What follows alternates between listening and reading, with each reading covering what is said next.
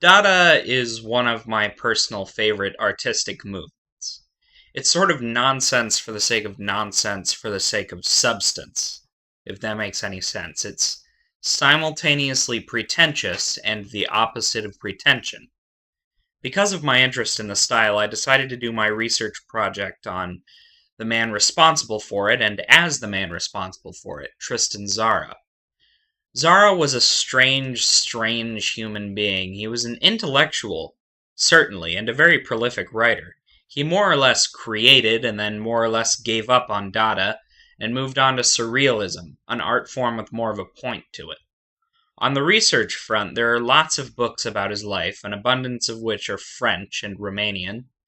My most valuable insight into his perspective was the Dada Manifesto, however, because I didn't find anything else that came anywhere close to the Dada Manifesto in explaining his frustration with normal art and the reasons behind the Dada movement.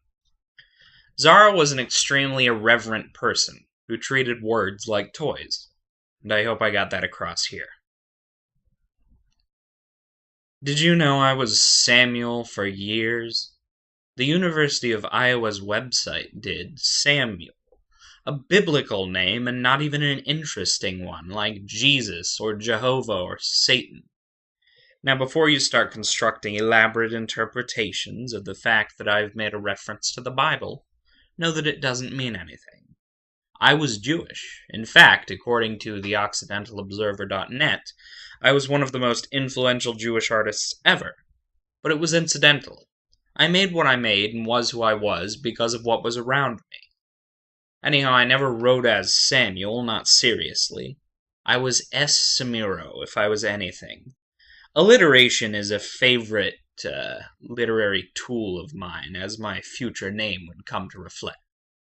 My parents were parents, my childhood was a childhood. In high school, I began a job as editor of a magazine called Symbolul. It was quite a different thing back in those days to be the editor of a magazine. It was, in fact, total expressive freedom, limited only by the censorship of decency.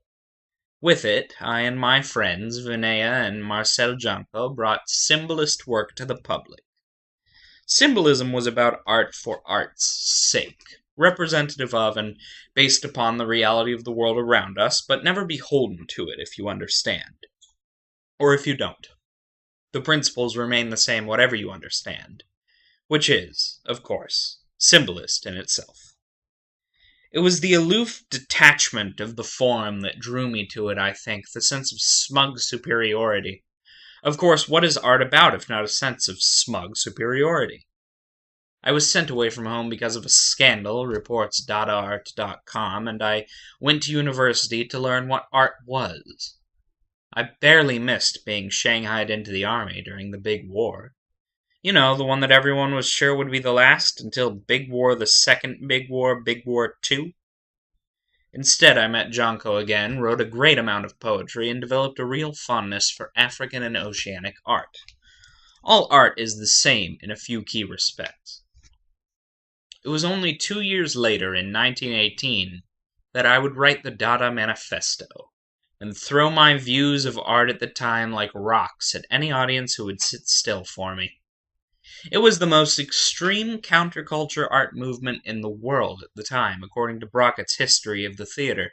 The war was nonsense, the world was nonsense, and so in our view, everything was nonsense, and the rules of art needed to be thrown out. I caught the attention of the Parisians, and thrived at the center of the Dadaist movement in Paris for years. Dada was my baby. An amalgamation of the counterculture and the intellectual and the symbolic and the completely bizarre. There is a common misconception that to embody Dada is to be completely random. In fact, Dada is about carefully selected and curated nonsense. Nonsense that in its ridiculousness means something more than nothing. Meaning nothing is in fact exactly what it means to do. The ends in art often justify the means, but in this case the means justify no ends and no thing, and the end is nothing but the nothing itself. It is not an art for art's sake, like symbolism was, if you can even call Dada art. which you can, and you should. This is the best summary I can give the art form I birthed like a mother, nurtured like a father, and grew distant from like a son. Dada is art for nothing's sake, existing in a wonderful vacuum where cause and effect are pointless rambling at best, and at worst, outright unwelcome. But no one can live like that forever.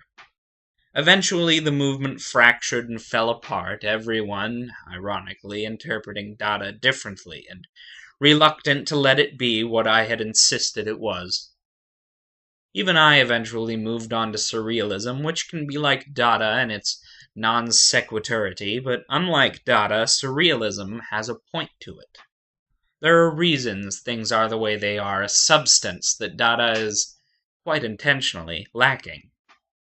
Surrealism is not a rebellion against other art, as Dada was. It stands alone.